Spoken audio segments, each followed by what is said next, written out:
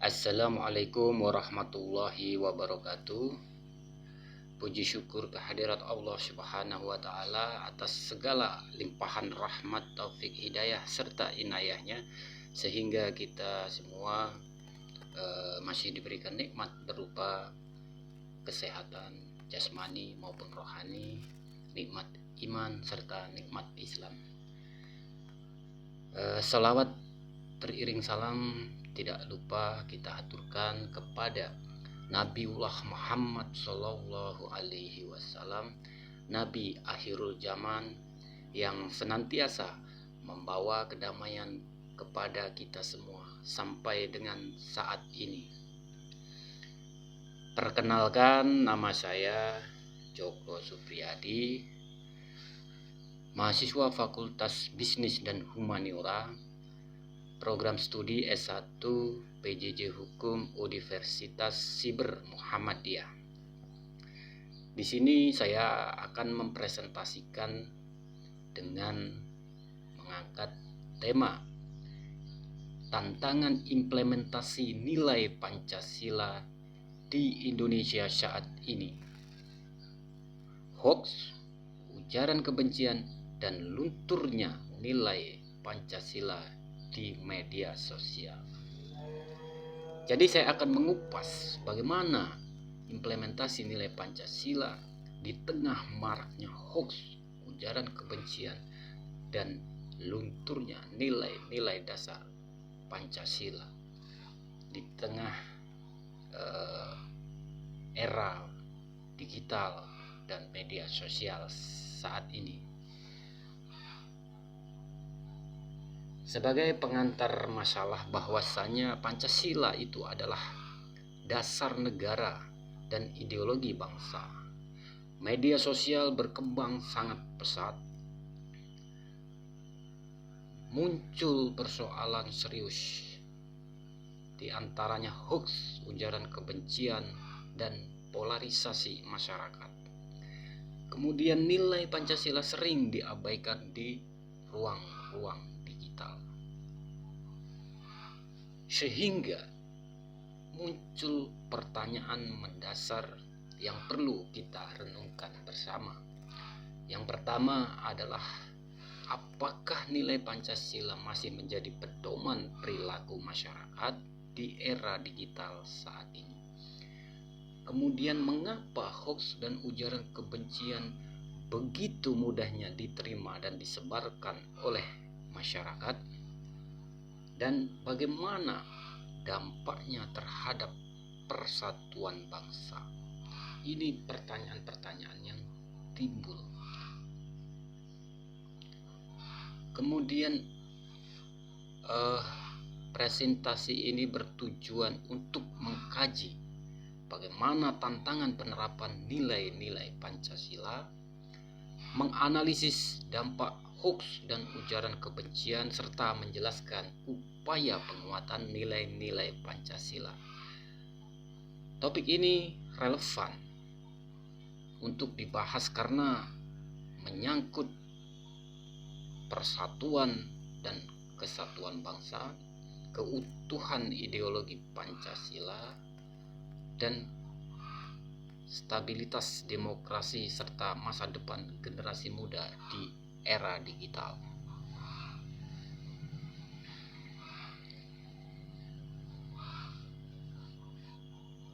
Pancasila adalah sebagai dasar fundamental nilai-nilai moral bangsa yang di dalamnya terkandung nilai-nilai ketuhanan dan toleransi, kemanusiaan dan keadilan, kemudian persatuan Indonesia, musyawarah dan demokrasi, serta keadilan sosial. Nilai Pancasila menjadi pedoman etika, termasuk di media sosial. Ironisnya adalah Pancasila ini, nilai-nilai Pancasila ini yang idealnya menjadi pedoman etika di tengah kemajuan teknologi ini, seringkali teknologi bukan digunakan untuk mempermudah informasi, mempermudah komunikasi, dan sebagai sarana edukasi. Justru sebaliknya, teknologi ini seringkali cenderung disalahgunakan untuk sarana penyebaran hoax, berita bohong, hate speech, dan lain sebagainya.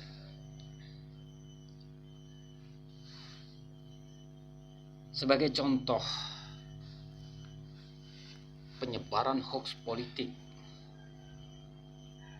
ujaran kebencian berbasis sara, provokasi, dan fitnah daring.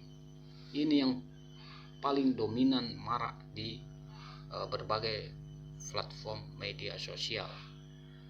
Penyebaran hoax politik ini misalnya saya ambil contoh konkret pada pemilu presiden tahun lalu. Ini beredar informasi bahwasanya hasil pemilu telah disetting oleh KPU melalui sistem Sirekap atau sistem informasi rekapitulasi. Penyebaran informasi ini begitu masif sehingga timbul opini di masyarakat, sehingga mempengaruhi masyarakat terhadap kepercayaan kepada lembaga negara, yakni KPU, dengan adanya penyebaran informasi hoax tersebut yang tidak jelas sumbernya, tidak valid, dan tidak sah untuk dianggap sebagai sebuah informasi yang benar. Namun begitu mudahnya masyarakat menyerap informasi-informasi tersebut karena tidak melakukan penelusuran kebenaran dari informasi tersebut. Ini adalah contoh konkret mengenai penyebaran hoax politik. Ada juga yang baru-baru kemarin, saya mau ambil contoh yang lagi viral saja. Misalnya Ridwan Kamil, seorang tokoh nasional, tokoh publik yang baru-baru ini viral, dikabarkan memiliki anak dari perempuan yang diketahui di luar ikatan perkawinan. Itu informasi yang beredar dan masif, menyebar luas di seluruh pelosok negeri. Belakangan diketahui setelah melalui berbagai proses,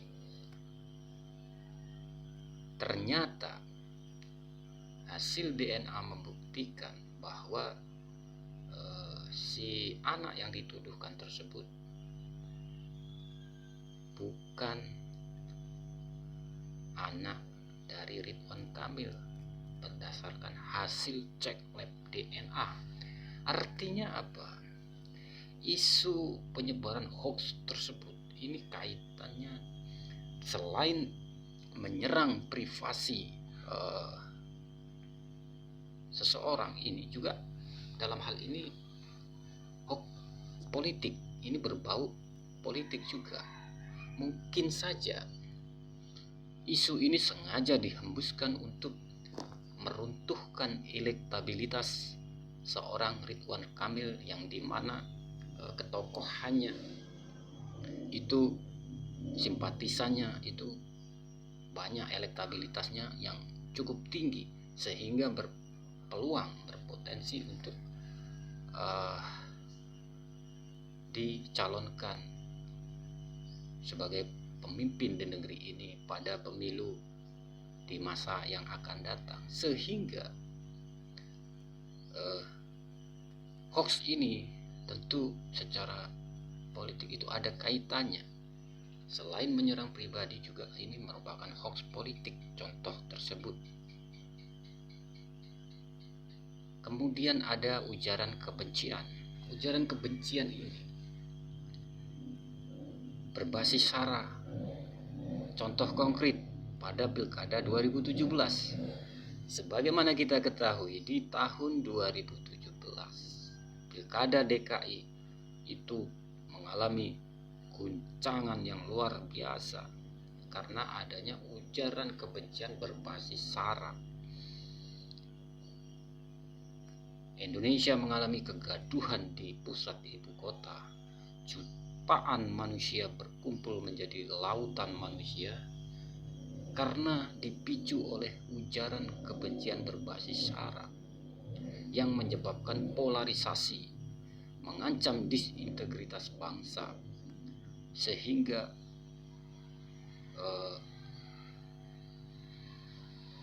mengganggu stabilitas nasional. Selanjutnya provokasi dan fitnah daring. Ya kan? Provokasi dan fitnah daring ini banyak sekali juga yang bertebaran di media sosial.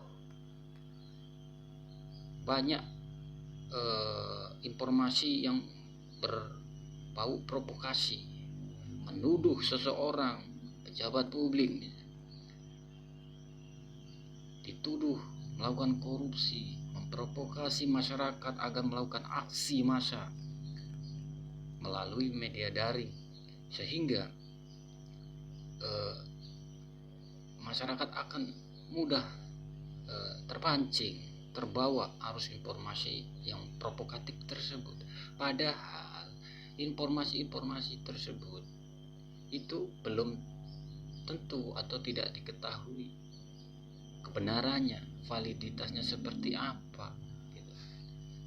Tetapi provokasi melalui media daring itu akan lebih cepat, lebih mudah. Itu kembali kepada diri kita masing-masing, bagaimana kita menyikapinya.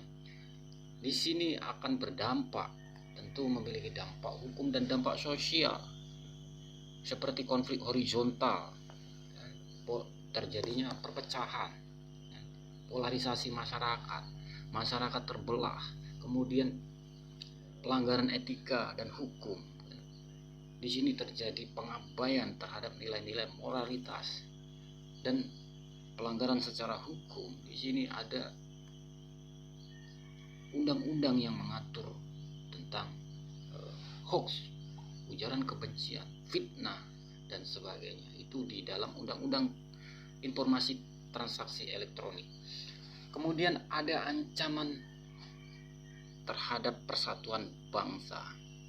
Jadi ada ancaman disintegrasi bangsa dengan maraknya penyebaran hoax ini akan mengancam keutuhan daripada bangsa kita. Jadi hal ini tidak bisa dianggap sebagai sesuatu yang sederhana. Itulah pentingnya bagi menurut saya penerapan sebuah nilai-nilai Pancasila. Contoh kasus tersebut itu kaitannya dengan Pancasila itu seperti hoax, ujaran kebencian, provokasi, itu bertentangan dengan setidaknya 3 nilai Pancasila. Yang pertama, nilai ketuhanan yang Maha Esa. Terkait ujaran kebencian berbau SARA. Kemudian sila kedua, ada kemanusiaan yang adil dan beradab. Contoh kasus tersebut itu bertentangan dengan nilai-nilai kemanusiaan yang adil dan beradab. Kita menindas, menyerang seseorang tanpa bertanggung jawab dengan informasi-informasi palsu, dengan menyebarkan berita-berita bohong. Tentu hal tersebut sangat-sangat bertentangan dengan nilai-nilai Pancasila. Kemudian akibat dari berita bohong, ujaran kebencian dan provokasi tersebut menyebabkan terjadinya perpecahan yang mengancam persatuan Indonesia. Ini juga bertentangan dengan sila ketiga, persatuan Indonesia. karena hal tersebut dapat memantik terjadinya disintegrasi bangsa. Dari fenomena tersebut menunjukkan lunturnya atau lemahnya pengamalan nilai-nilai Pancasila di tengah realitas era digital yang ada saat ini. Bung Karno pernah mengatakan bahwa Pancasila adalah jiwa dan kepribadian bangsa.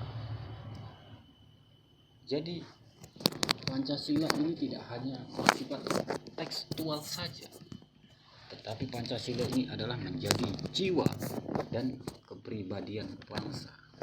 Artinya harus dikontekstualkan dalam kehidupan sehari-hari.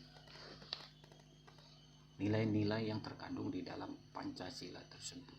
Kemudian menurut Noto Nagoro bahwa Pancasila adalah sistem nilai yang harus diamalkan. Jadi di dalam Pancasila itu banyak sistem nilai yang bisa dijadikan pedoman untuk diamalkan bagi kita sebagai masyarakat. Tanpa pengamalan, Pancasila hanya menjadi simbol formal dalam bentuk tekstual. Makanya kedua tokoh tersebut di atas itu mengajak kita untuk menerapkan Pancasila yang tidak hanya tekstual tetapi kontekstual di dalam kehidupan sehari-hari. Jadi kita harus memiliki jiwa, kepribadian dan menerapkan nilai-nilai yang ada di dalam Pancasila.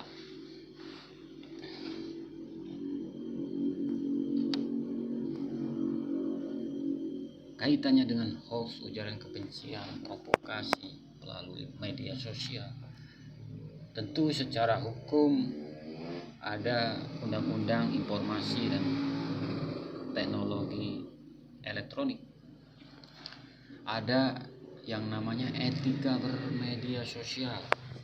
Ya, jadi di dalam bermedia sosial itu ada etika yang harus kita pegang teguh. Jadi realitas yang ada ini masyarakat seringkali mengabaikan etika dalam bermedia sosial dengan mudahnya melontarkan statement-statement yang entah disengaja ataupun tanpa disadari itu mengandung unsur hoax, unsur hate speech, ujaran kebencian, kemudian unsur fitnah, provokasi dan lain sebagainya. Disinilah pentingnya etika dalam bermedia sosial sebagai alat kontrol kita agar tidak terjerumus dalam ujaran kebencian. Kemudian penegakan hukum yang proporsional. Ini diperlukan penegakan hukum yang proporsional. Artinya penegakan hukum itu harus betul-betul memberikan manfaat untuk kemaslahatan kedepannya, untuk kebaikan kedepannya.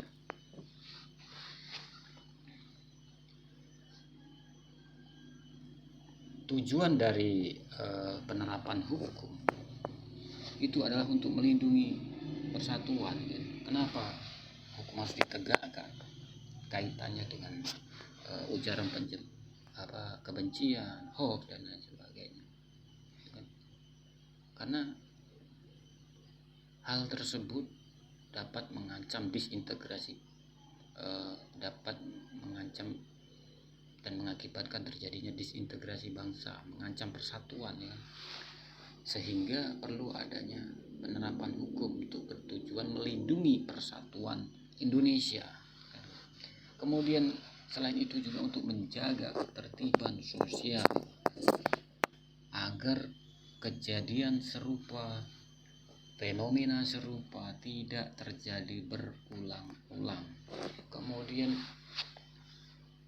hal tersebut, penegakan hukum itu dilakukan bukan untuk membungkam kebebasan berekspresi maupun kebebasan berpendapat, melainkan untuk menjaga stabilitas nasional kan. Jadi kita harus memahami dari sisi aspek penerapan hukum terhadap ujaran kebencian dan sebagainya yang cenderung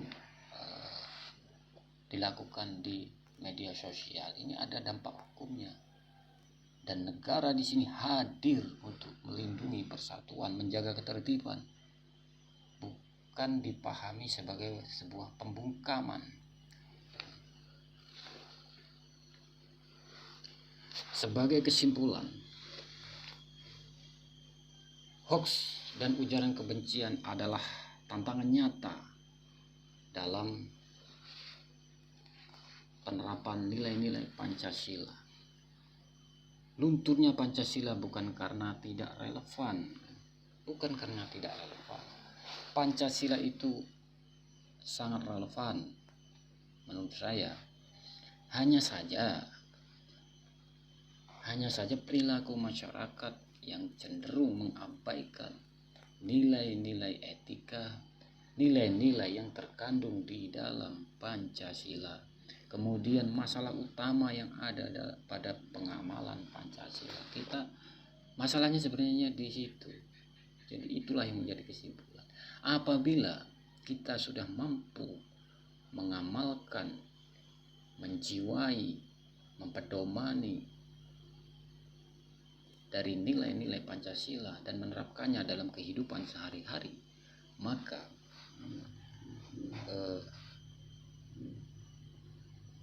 stabilitas nasional, kehidupan berbangsa dan bernegara itu akan berjalan dengan baik.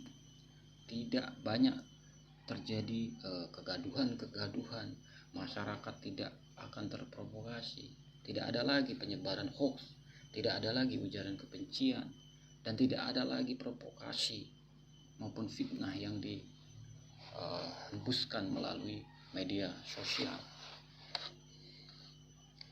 Sebagai saran, perlu dilakukan penguatan pendidikan Pancasila secara kontekstual seperti yang saya jelaskan di depan tadi. Jadi pendidikan Pancasila ini tidak hanya secara tekstual saja, tidak hanya secara tertulis saja. Pancasila itu seperti apa sih secara tekstual itu saya kira sudah tahu, sudah paham semua secara tekstual. Namun yang penting di sini adalah bagaimana pendidikan Pancasila secara konseptual. Jadi pengalamannya, penerapannya dalam kehidupan kita. Kemudian peningkatan literasi digital. Ini sangat diperlukan agar masyarakat tidak dengan mudahnya menyerap informasi dan menganggap sebagai sebuah kebenaran, dan tidak juga mudah masyarakat untuk menebarkan isu-isu hoax.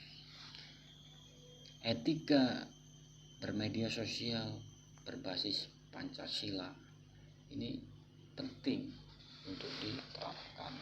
Kemudian peran aktif mahasiswa sebagai agen perubahan, agen of change. Jadi mahasiswa di sini perlu turut berkontribusi dalam melakukan sosialisasi, melakukan edukasi terhadap masyarakat mengenai pentingnya implementasi nilai-nilai Pancasila dalam kehidupan sehari-hari, dalam kehidupan bermasyarakat, dan dalam kehidupan berbangsa dan bernegara. Dengan demikian, maka akan terjadi penguatan dari nilai-nilai Pancasila yang akan berdampak positif pada stabilitas politik, stabilitas nasional.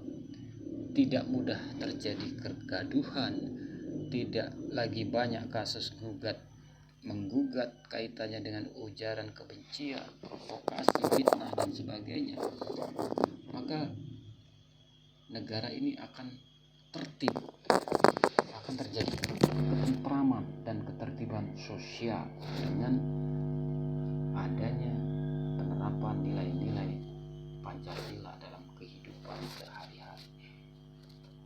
Demikian, terima kasih. Mungkin materi yang saya sampaikan masih terlalu singkat, namun saya berharap dari apa yang saya sampaikan tadi dapat memberikan sedikit manfaat untuk menambah hasanah pengetahuan dan wawasan kita. Dan apabila di dalam menyusun materi dan dalam menyampaikan, melakukan presentasi terdapat berbagai kekurangan, saya mohon maaf. Yang pasti harapan saya, walaupun singkat namun substansi dari apa yang ada di dalam pemaparan saya tadi dapat ditangkap oleh kita semua. Mungkin demikian yang saya sampaikan, saya akhiri. Nasrun minallah wa fathun qarib wa basyiril mu'minin. Billahi bisabil haq fastabiqul khairat. Wassalamualaikum warahmatullahi wabarakatuh.